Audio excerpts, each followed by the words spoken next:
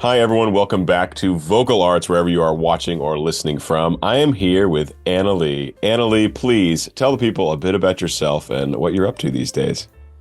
Oh my goodness. Okay, so I'm Anna. I started an Epic the Musical when I was like 17, and now I'm 21. So I'm working on finishing up my master's degree and getting involved in music however I can, but trying not to overwhelm myself. So that's me. Awesome. Yeah. Great elevator pitch. So let's get started with Epic. I mean, that's probably primarily where people are going to know you from. And of course, it's something we have in common. I've done all this musical analysis for the show over the last 6 months or so. It's been a lot of fun to go on that journey. So how did you originally get involved with that project? I was literally just scrolling TikTok and the Calypso audition came up. Like I hadn't even heard of the project yet. I heard of it when it was auditions, but the very beginning of auditions. And I was like, oh, this looks fun. So I auditioned for Calypso. I didn't really know what I was getting into yet, right? I don't feel like anybody did because it was like a brand new way to audition people for things. So we were all just kind of, I feel like, shocked when it became something, you know? But I auditioned for Calypso and Jorge had like commented on it and was like, this is great. Do you have a USB microphone? Yada yada. And then he casted Barber Wangui, voice of an angel. And he posted me again in like an honorable mentions video on TikTok. And I had told my parents about this, and my dad, my mom loves Epic, the whole thing. My mom will listen to Epic, the whole thing, pretty much every day, if I'm being for real. Like every single day, I'll walk into their house and it'll be blasting from the kitchen. And I'll be like, oh wow, okay. Biggest fan over there, my mom. But my dad is just a fan of me. So he doesn't listen to any of Epic except for my songs, or anything on the internet, on TikTok, unless it's about me. And so he was the one who was like, did you see this honorable mentions video that Jorge made with your voice? He says it's his favorite voice he's ever heard. And my dad is just my biggest fan like that. But yeah, so he posted a video and was like, this is my favorite voice ever, ever, ever. And he was like, please keep auditioning, because I would really love to find a spot for you in Epic. And I was like, honestly, if he hadn't done that, I probably wouldn't have auditioned again, because I don't know if I would have like kept up with the project, you know? Mm-hmm. And the next audition he posted was Aries, I believe. And I auditioned for Aries just for fun, even though that was very much not a melodic audition. It was oh, kind of sick coward. That was Yeah. where the audition snippet started. So that was not for me. But like much like Talia auditioning for Zeus, she knew it was not in the cards for her, but it was a good time. Right. And then the very next one was Penelope, and I auditioned for Penelope twice. Meaning I just posted one very, like, immediately upon seeing it. I learned it and I recorded it, and I didn't really know a whole lot about the Odyssey, so I didn't really know what her character was supposed to do. So then later that night, I was like, this just doesn't feel right. This isn't exactly what I want to put out there, right? And so I started like looking through some of the other auditions, looking through like Jorge's comment sections on his videos, and he like is explaining exactly who the character is, like what he wants to hear in a voice. Like he wants it to be mature and full of wisdom and blah, blah, blah, blah, blah. And I'm like, I can do that. So I do it one more time. And that's the one that, I don't know, is my personal favorite. It's the one I consider my Penelope audition, even though there were two. And I never deleted the other one, but yeah, so that's how I got into it. And he texted me I suppose he DM'd me maybe 10 days later and was like, hey, do you want to be Penelope? And I was like, yes, I do. And I told my parents, they told me it was a scam. And I was like, Amazing. Amazing. And so the auditions, I mean, did you essentially just post a TikTok video and say, hey, here's my audition for X, Y, and Z role? Yeah. And I honestly, I didn't even have to say, here's my audition. It was like, I recorded my singing of the like backing track that he put on the internet. And he was just like, all right, this is an audition. That was how he treated every single one of them. Like, that's how I know Miko didn't know he was auditioning for something. Okay. Okay. He got a message from Jay being like, hey, you want to come to callbacks? Like, I guess, sure. Amazing. And so you said you were 17 when you first got involved with the project? Yeah, Okay. it was the beginning of my senior year of high school. Okay. Crazy. Super crazy. What had you done musically before that? Pretty much nothing. I mean, I've been singing my whole life, and I was in like the choirs, and I was casted in October of 2021, and I did all-state choir in November of 2021. But yeah, it was basically just high school. Like, I'd been writing music, but I hadn't been recording music. I was pretty much just a baby. That's wild that Epic's like your first project almost. Right? So, but presumably there was a pretty big waiting period between when you auditioned and when Penelope found her way into the mix. I mean, she comes in somewhat late in the show. Yeah. Yeah, it's interesting that that was one of the first voices he casted, because it was like, hey, I'll just be back here, you know? Yeah. But yeah, I remember several times I like reached out to Jorge and was like, hey, I'm like still Penelope, right? Like that. Like, I saw about all the cast went to Mexico to record, but that was for the first two sagas, and I don't show up until the third saga. And yeah, it was a really long time. And then we went to when the production was still under name redacted. We went to LA to record, and that was the first time I like actually got to meet everybody in person. And by everybody, I mean, I think Jay was there, Armando was there, Talia was there because she lives in LA, and they were together at the time, because this didn't happen until early 2023. So Right, there was the gap between the second and third sagas, right? no, this was before the gap. Oh, before the gap. Okay. Yeah. So this was because we were still under name redacted. Sure. So we went to we went to LA to record the third and fourth, maybe. No, probably just the third would be my guess. And then I was also recording some of the sixth saga, because I was recording some of the siren parts. Okay. But yeah, it was Jay, Armando, Talia, and one of the former Poseidons. There's a lot of story there. He was chill. He just couldn't get to re-records because of his tour schedule. Fair. I don't think there was anybody else. I mean, JP. Mm-hmm. But that's because he was the mixer. Yeah, I think that was everybody. If I'm forgetting somebody, my bad. And that was your first time meeting other cast members? Yeah, it was my first time meeting Jay in person. Okay. And then that was the great divide, the separation, the long haul.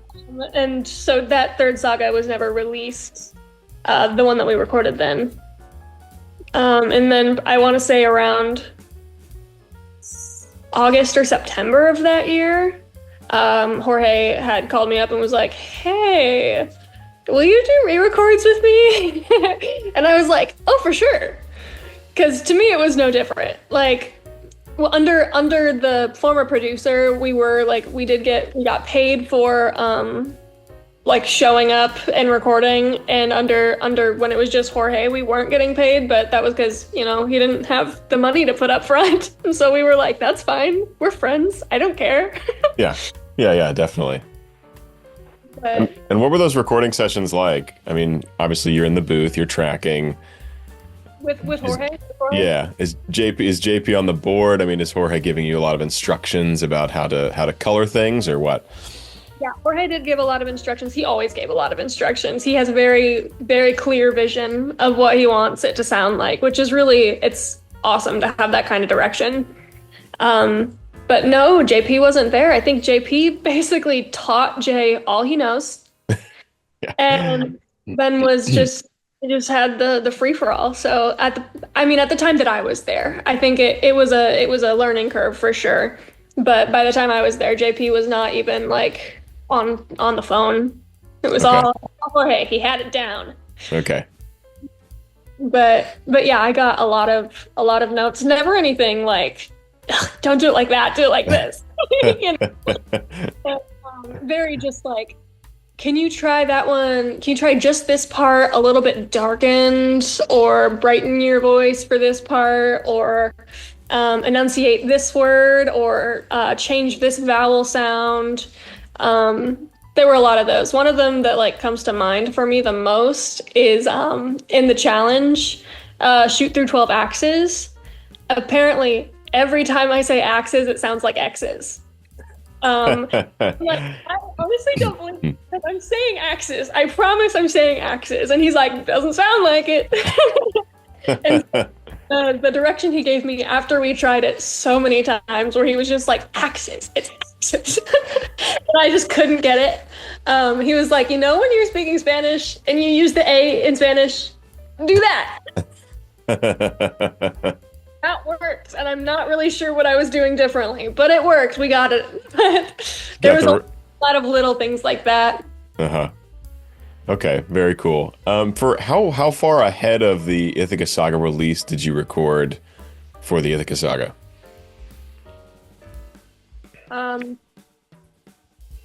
About a year and 3 months. Okay, well ahead.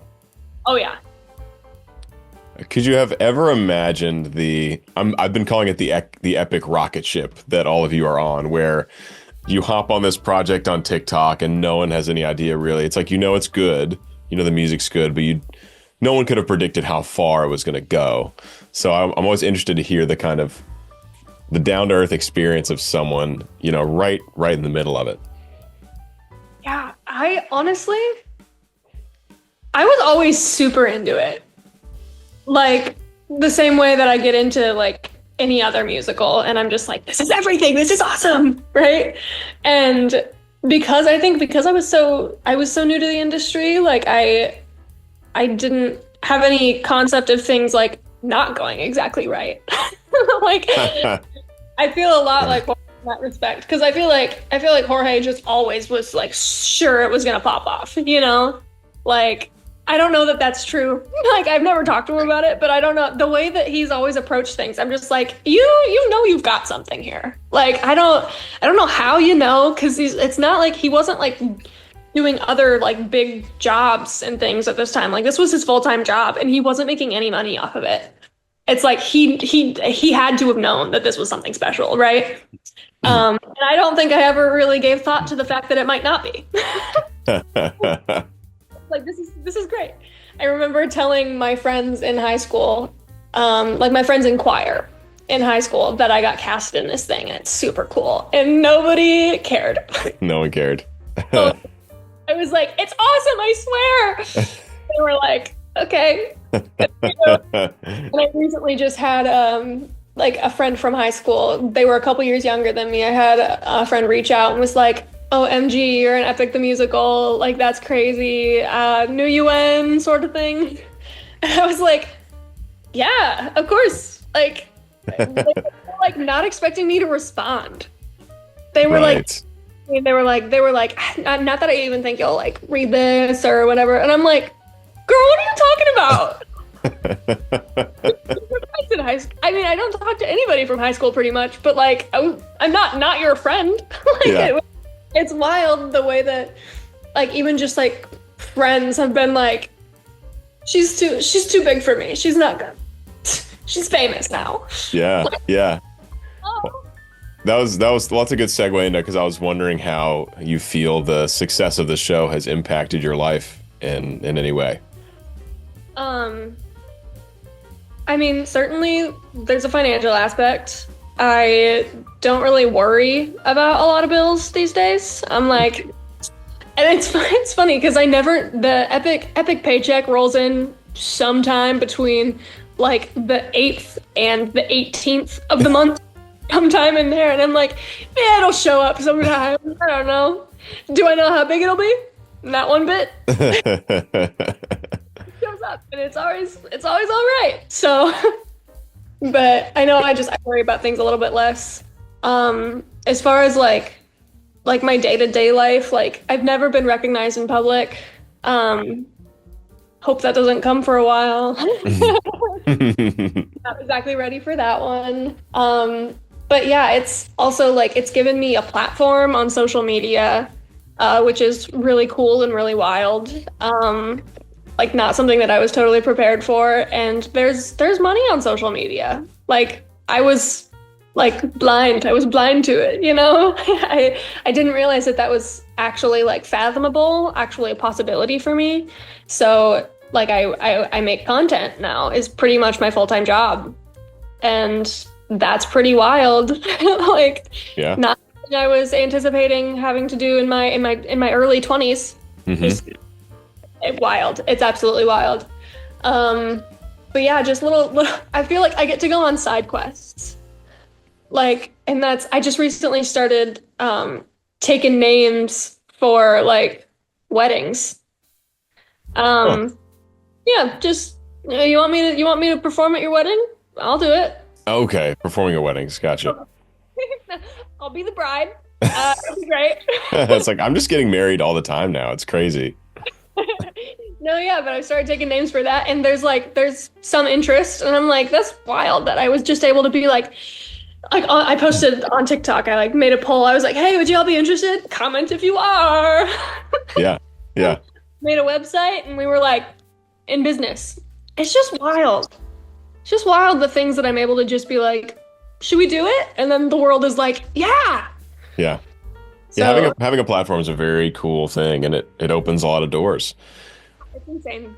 How much performance experience do you have for, the wedding shows and stuff? Because Epic's been an all online medium.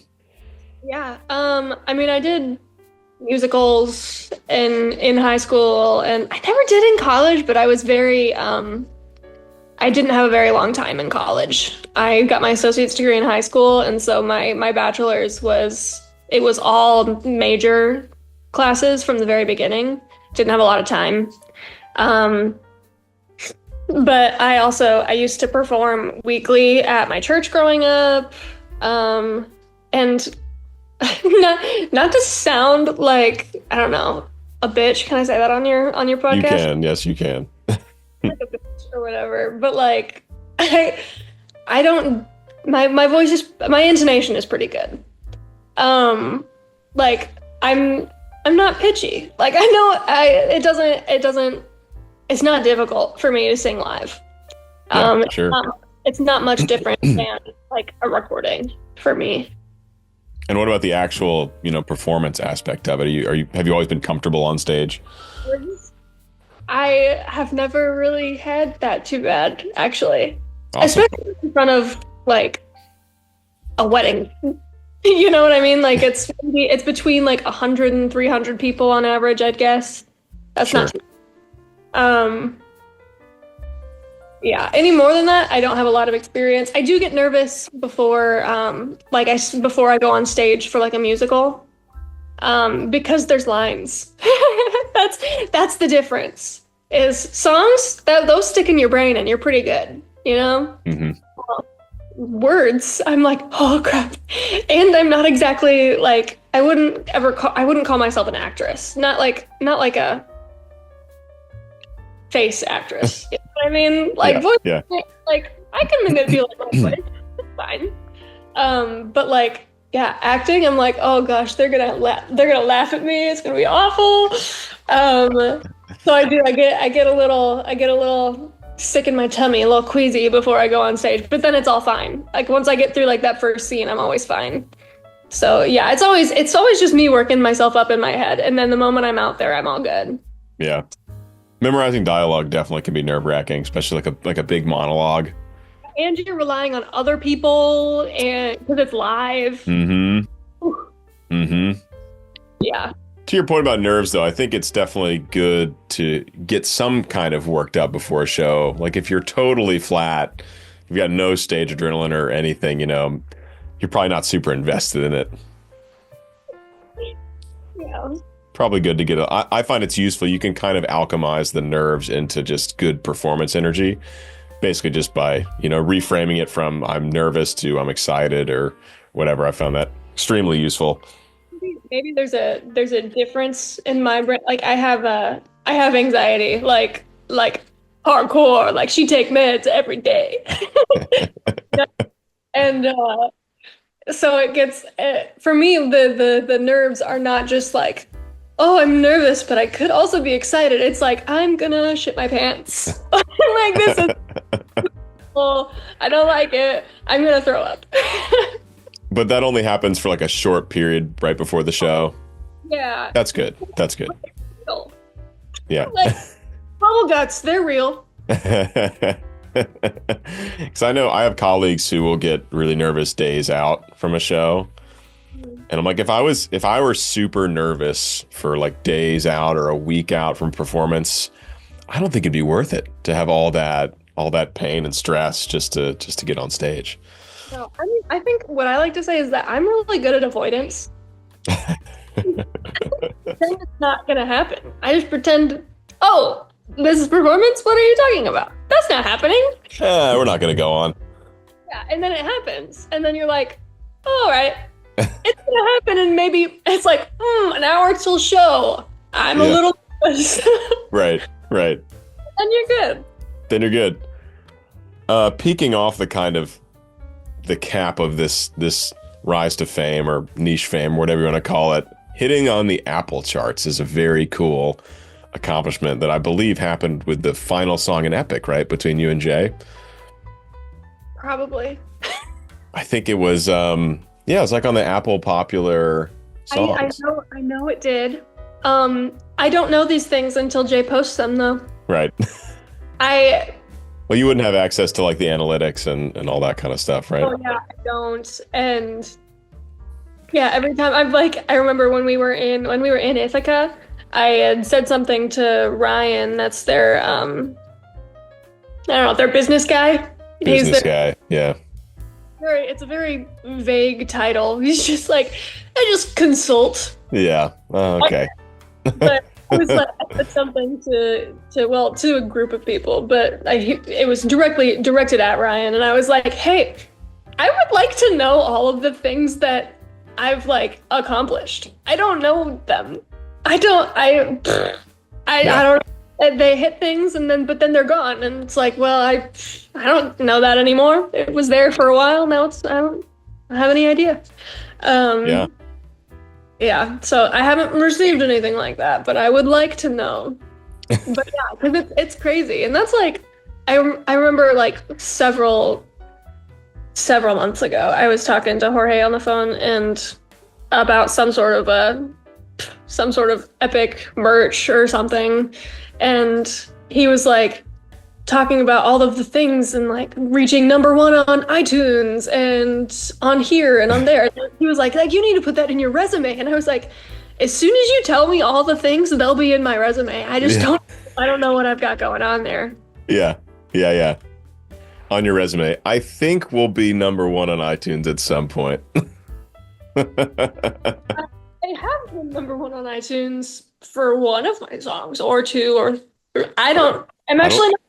I don't actually know what I'm talking about. Okay.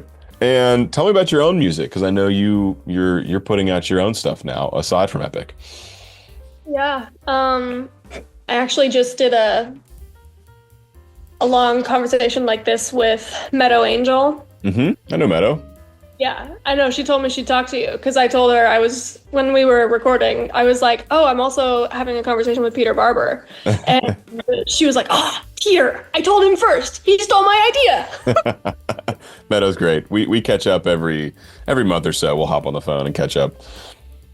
But yeah, I talked to her about like all my music and what it means, I suppose, like what the story was behind it. But long story short, I wrote all of it from the ages. This most recent album, which is also where the EP songs came from. I reused three of them. Smart. I right in this LP that I put out. Therapy is what it's called. Hmm. I wrote the songs from ages 14 to 20. So it's very much as I grow and age and figure myself out, I suppose. Hmm. But it's really what kickstarted it for me was I had a sexual assault experience, Okay. 16, and it was kind of just how I processed it was through writing music. And then it's my journey from just being like a young heartbroken person to being a really angry really angry person who has been violated and messed up, right? To healing and then finding real love. And yeah, but it's a very long journey. It's my formative years all packed together in one album. Yeah. So it's pretty cool to me. Yeah. For the rest of the world. But to me, having that all put together and out there is really cool. Awesome. And for the songs you wrote when you were 14, now that you've gone through all that development, did you go back and change anything, or did you leave it, really how you wrote it at that age? Again, this makes me sound like just full of myself, but I remember when I was having that conversation with Meadow, she was like, and how old were you when you wrote this one? And I was like, 15. She was like, I hate you. I hate you.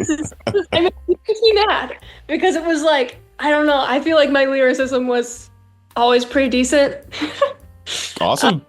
And I didn't change anything. I don't know. There might have been things that I adjusted to actually make sense.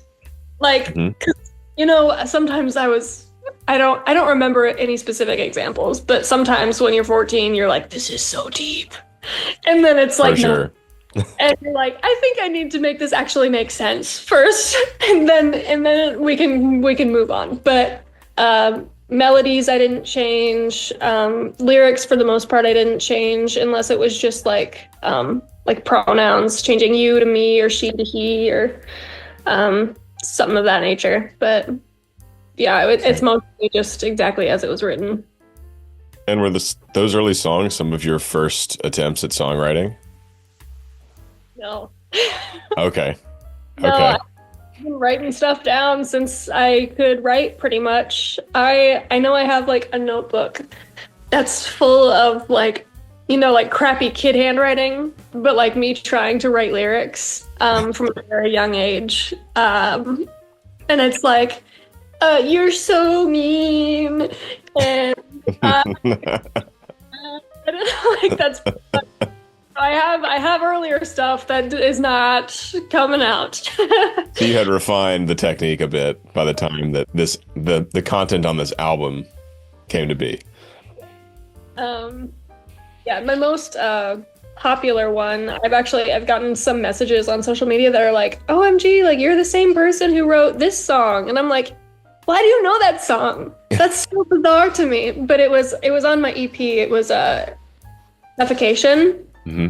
Called on my EP, and then I changed the name on my LP to Panic, and then I put in parentheses Suffocation so people would know what it was. But Gotcha.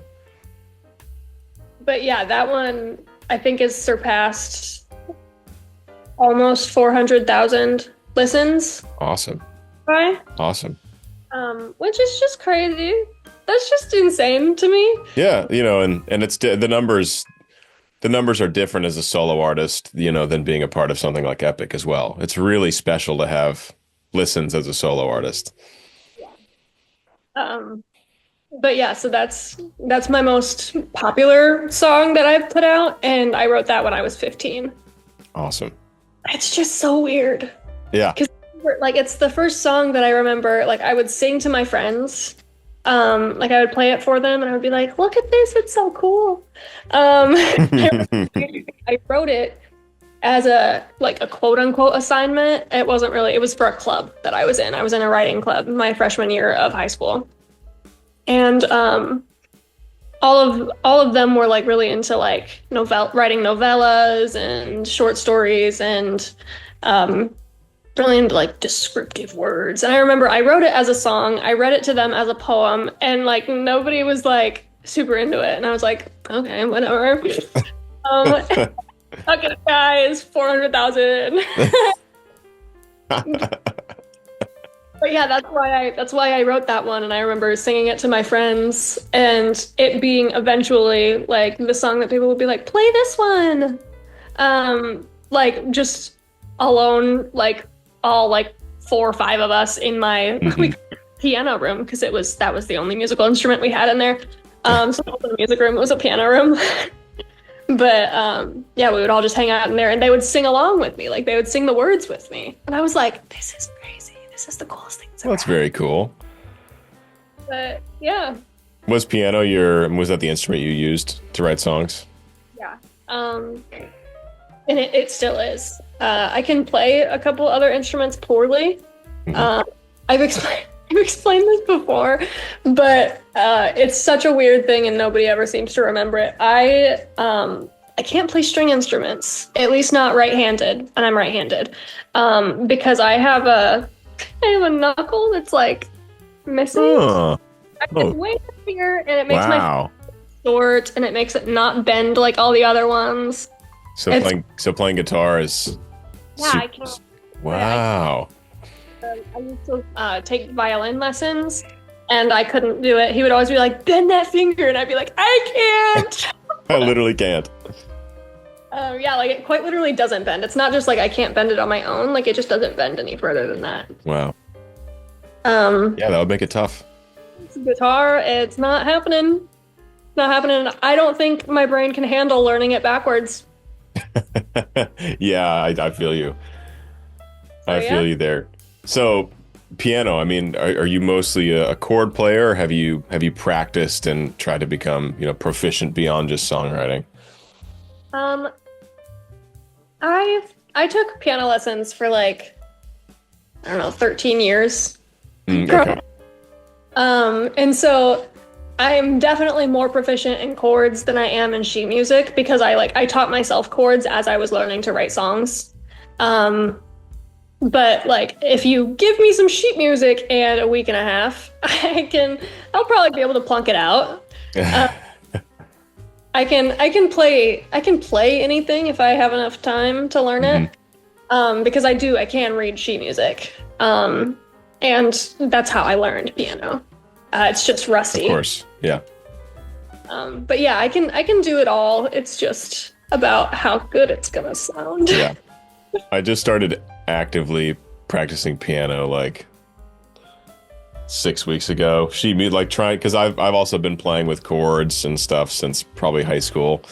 Took piano lessons when I was really little, but I was like, I want to learn how to like really play and really read sheet music well, mostly so I can write orchestral parts and play orchestral parts as I'm writing this original piece I'm doing. I saw something about that you've been working on it for a really long time. Yeah. Full orchestral, right? It's modern day genres. So there's rock and there's pop and there's folk and stuff like that. But a lot of them have a lot of pretty big orchestration. Some pieces are very much like film score-y, like really cinematic. It's big. It's a lot. Working on it every day. Very excited about it. And the piano playing helps. I mean, just yesterday I'm like writing parts for, like staccato violin, and I'm like, oh shit, my fingers are really working. Like I'm really playing these things. Exercise. Yeah, that's pretty exciting. So what is your songwriting process? If you have, one that you follow normally, which is, I don't know, kind of rare probably for songwriters. Yeah, I think for me, it's like melody and lyrics come at the same time, and then I'm trying to find the chords that are in my head. Yeah, that's okay. what it is.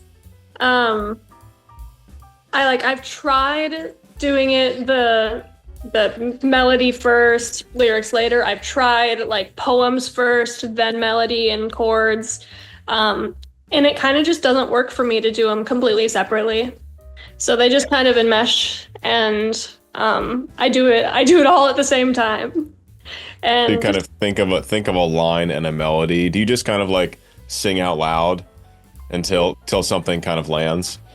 yeah, I have like a lot of voice notes in Hmm. my phone where I'm just like, and I know that once in a while, like there's really something stuck in my head and I don't have access to a piano or anything. I'll take two phones on this one, and then I'll play it and record on this one with a different harmony. And it's just it is. And I just get everything down that I can, and then I try to make sense of it later. Um, I love that. Okay, so once you've got the melody and lyrics, then you go back out and find the chords that will fit with that melody, essentially. or I do it all like as I'm going. Like I Hmm. have the line, I have the words, and I'm playing the chords as I'm singing it, like trying to figure out where I should land. I realize you can't see my hands, but I'm I looking. could assume. Okay, okay, cool. And as far as writing chords, I mean, often you'll find there are like multiple chords you could use in one spot. Do you sometimes lean towards a more exotic chord or a rare chord or like a I mean, I could get really nerdy about theory with you, but I just want to hear your thoughts on chord writing. I really don't like it. I can It's not like a process. I'm like so I don't know. I'm really into music through my ears. Hmm. It's not really a lot going on in my brain. It's just happening, I guess well that could also work too if you're like, well, okay, this chord works, but this chord works and it sounds cooler. And that's exactly what it is. And Okay. sometimes like when I'm writing out, like I have like a Google Doc is where I do it, and I'll like put a space in between each of the lines, and I'll put the chords down. Hmm. Sometimes I don't know what the chord is called, and I'm just like, how can I remember what this is? Yeah. And Put the I'll note, write the notes down, I guess. like I've done that. And but most of the time it's like this is pretty much a B major over G, but there's also an E. Like I don't know. Yeah. Like Yeah. yeah, I think that's how you get the most interesting chords. oh yeah. That's most of the time what I do find myself like leaning towards is I'm a big fan of over sixth, over seventh, Hmm. um, Hmm. over major seventh, depending on how it sounds. Hmm. But big fan of over six and over seven. But then also over a different octave, a different low octave. Sure. So whether it's B over G or B7, B6 over G, or those are random letters, by the way, just out of my They, butt. they make sense. They make sense to me. Don't worry. But yeah, whatever it is, I really enjoy having a different note octave in my left hand than the chord I'm playing in my right. Okay. I love that.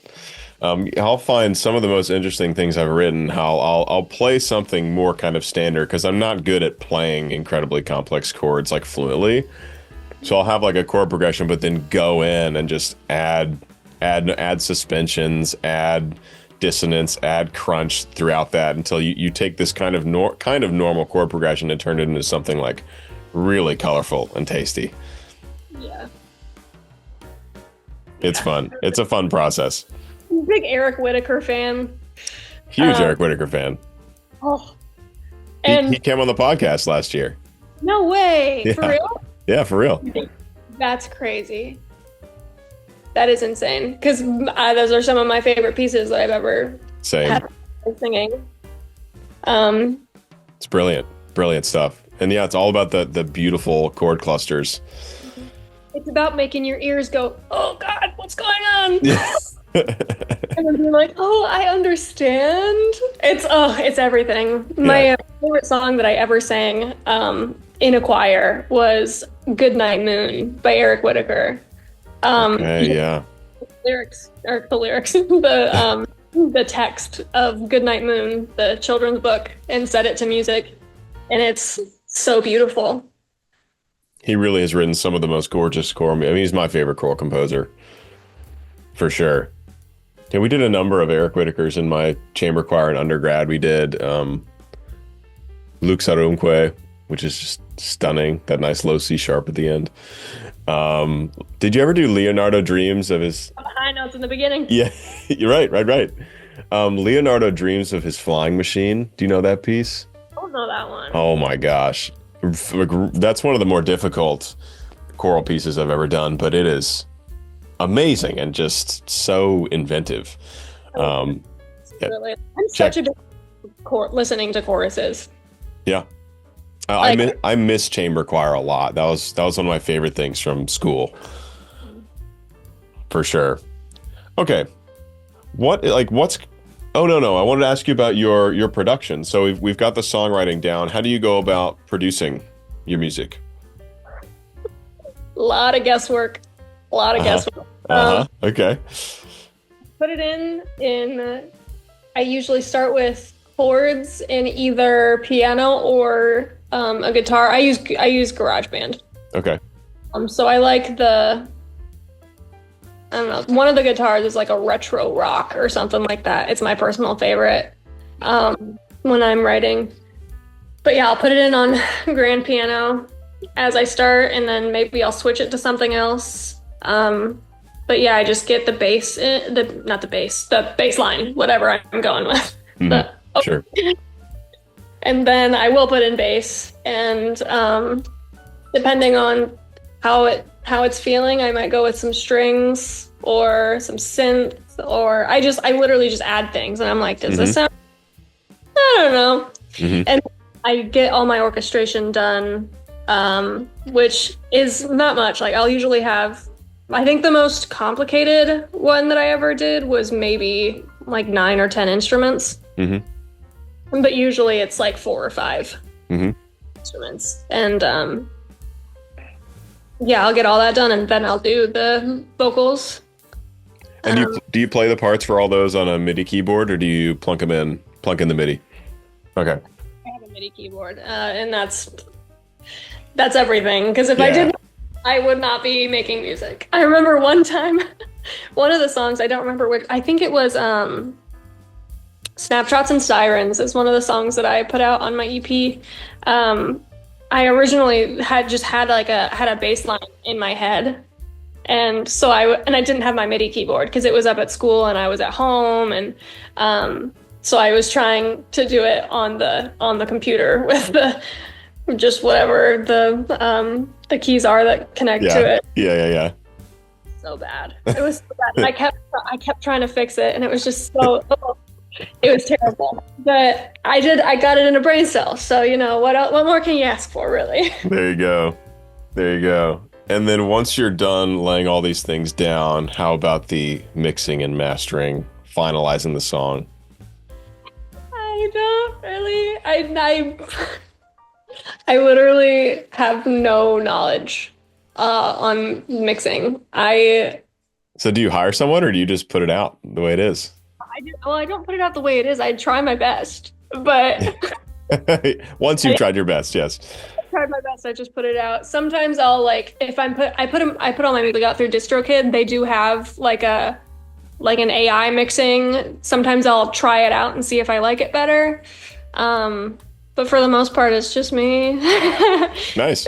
Me doing my best. Most of what I do as far as mixing goes, like I'll adjust volume, and then I'll adjust, I like adding like all of the different things. Do you use like GarageBand or Logic or something similar? I use Logic to record vocals usually, and then I do a lot of Ableton, producing in Ableton.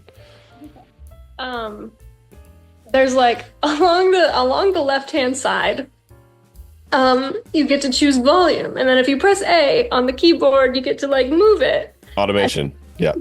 Yes. But there's volume, and there's a bunch of other ones. So that's mostly what I do for mixing is just how those sound, and I'll move them from the right ear to the left ear and have it like really nice and full is my goal. Yeah. And then if I do go down the like actual like the levels, like that part of things, I quite literally like this is so silly. Like I have quite literally just looked up like how it looks, how it's supposed to look, and then I'll just move them the way that other people like it sounds better than it did before, so that's all I can ask for. Well, as long, I mean, you trust your ears at the end of the day, you know. And so, what about, do you mess with EQing or compression or? Do not have any idea what compression does. No Okay. idea. Okay. Like I press the button, nothing changes. I'm like, And how about like delay, reverb to give it some like atmosphere? things that are available in like that automation section on Sure. GarageBand. I do some of those things, depending on the piece. But Okay. So why not hire someone to do those parts for you? funny. Oh, it sounds like you've got some now, or well, I don't know. So now you could. That's still relatively new. I've been considering there's like on Suffocation, my big piece, or my most popular piece, I should say. There's something in my brain that has always been there for this piece, and it's not something I've ever been able to get down in the recording software. Okay. So I'm thinking about calling up JP, being like, "Hey, you want to help me out here?" Because I literally can't do it, and I like Yeah. can like explain what it is, but I know it's just I need it to be bigger and more. And if there's one thing JP can do, Yeah. it is he's big. So He would. yeah. He would definitely be able to help for sure. Oh, I know. It's just about, timeline, figuring out when, because I'm so busy. But Yeah. You said you're finishing up your masters now, and what do you? more to my plate. Like, why am I doing this to myself? For real. But What are you studying? social work. Okay. Yeah. So I'm hoping to go into therapy. Okay. Awesome. And continue creating music. Yeah.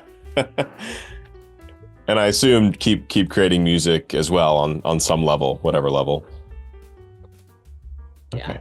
In an ideal world, all of my jobs are part-time. I love that. Like, some of this and some of that and some of this and some of that and still make a living. That's the dream, Yeah. right? Keep things interesting.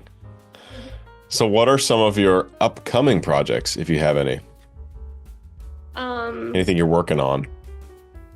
Yeah, I don't have anything right now on the docket for my personal music.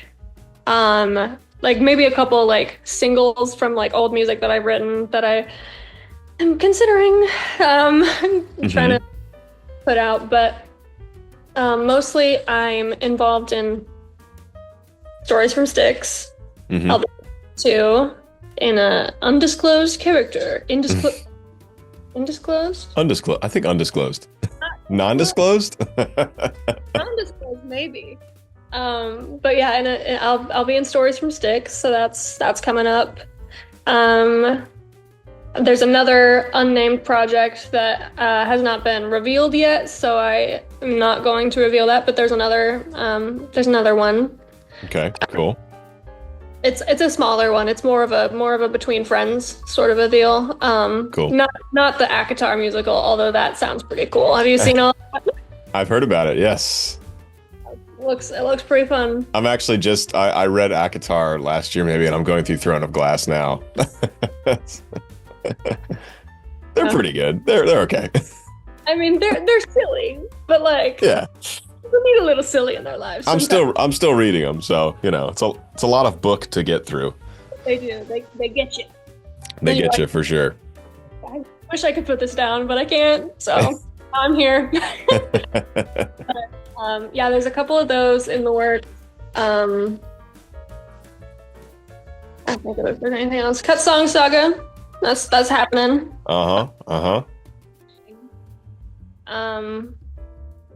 But yeah, I feel like right now I really need to focus on my schooling more than I do music at the moment. Yeah, I need to find an internship. Haven't done that for the summer. Masters can be a pretty full schedule. It's not like, for me, it hasn't been anything too challenging. There's just been a lot of it. It's just overwhelming. Yeah, just a lot of stuff. Yeah. Okay, cool. So you're going to be featured on a lot of projects, but you're not planning any big solo stuff at the moment, basically. But no, I'm always got my ear to the ground. Always looking for something else to be doing. Well, there's so many fun things popping up now. I mean, Epic has opened this door of like concept albums about fantasy or about Greek mythology in a way that it just wasn't a few years ago. And so, I mean, I'm seeing them pop up like mushrooms on Instagram. I'm like, oh, there's another musical being written. There's another musical being written. You know, this like everywhere. Yeah. It's pretty cool. Yeah. Some good music will come out of it, I'm sure. What are some hobbies outside of music that you like to do? Oh man, that's a terrible question. Oh, music, man. Let me think. I love asking musicians this question because they're like, it's kind of just music all the time. I've really been getting into social media since I now have like people wanting to listen to me. Although most of it's music related. Right. It's a subcategory, I feel like. For sure. So there's that. I used to be really into like crocheting. I was never very good, but it was a nice like mind number, I feel like. It to turn my brain off for a while and loop. Sure. I don't know. I feel like it sounds weird. I'm really into social work. Like, I really Fantastic. And not like all of social work. Some of it's really overwhelming and heartbreaking and scary, and there's a lot to social work. But as far as counseling and therapy goes, I'm so into it, and I want to learn all of the modalities. And it's like I just want to do a deep dive all the time. So that's fun for me. Awesome. It's maybe not a hobby, but sure. But yeah, TV, big fan.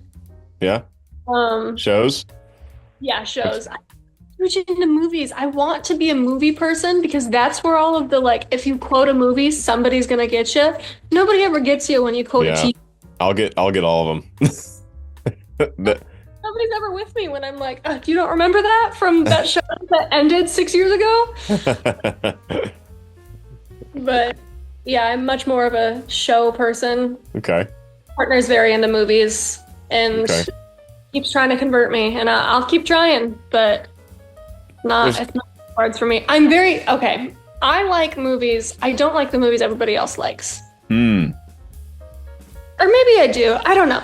I'm a big fan of like the movies, the like artsy kind of movies, the ones that are like up for Academy Awards and up for Oscars and things like that, where it's like this one is like Poor Things with haven't seen it. Emma Stone, I think. Okay. Emma Stone and the Hulk, whose name I can't remember at this. Mark Ruffalo. Yes, he was in it, and he was hysterical, but it was just very much like, it felt like, I don't know, I like watching movies where it feels like I'm trying to put together puzzle pieces. What does this mean? Because it's not just in the context of this movie. They're trying to say something to me right now, and I need to figure out what it is. Like, those are the kind of movies that I'm a big fan of. Like, just like the standard like comedies that everybody quotes all the time, like Christmas Vacation. Fine movie. It's a fine movie. I don't need to watch it all the time though. Like, I'm a much bigger fan of trying to figure out what's gonna happen next. Movies are something that you rewatch. Yeah. I don't have that in me unless it's something where it's like, oh, I didn't quite catch that the first time. Let me rewatch. Okay. So shows, I mean, it's a longer narrative. There's always plots unfolding. There's more complexities you can pack into a show. New stuff always coming at you. Okay. Sometimes you jump the shark. Sometimes it gets a little weird. But you know, who doesn't need a little weirdness in their life? We're all a little weird in the music world, anyway. Exactly. All right, Annalie. Any final words to our audience who's joined us? Any final words to the fans before we sign off? I love y'all. Peace and blessings.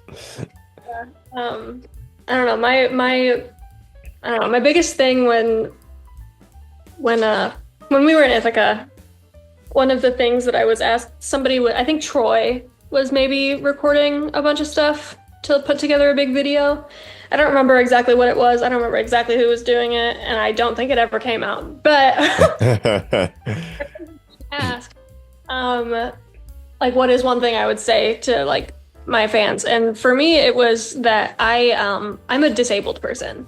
I have postural orthostatic tachycardia syndrome, POTS, and hypermobile Ehlers-Danlos syndrome, HEDS. And for a long time, like I got diagnosed with POTS in middle school, and it was like world comes crashing down because I like physically couldn't do things anymore.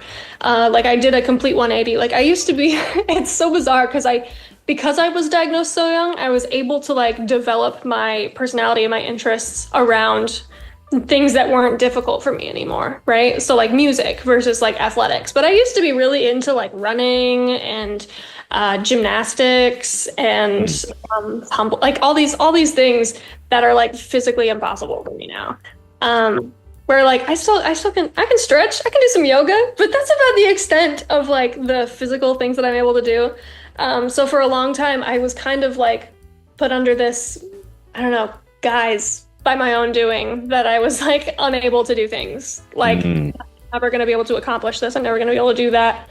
When I was diagnosed, I didn't think I was going to be able to come back to school because I was bedridden, like completely bedridden for months and months.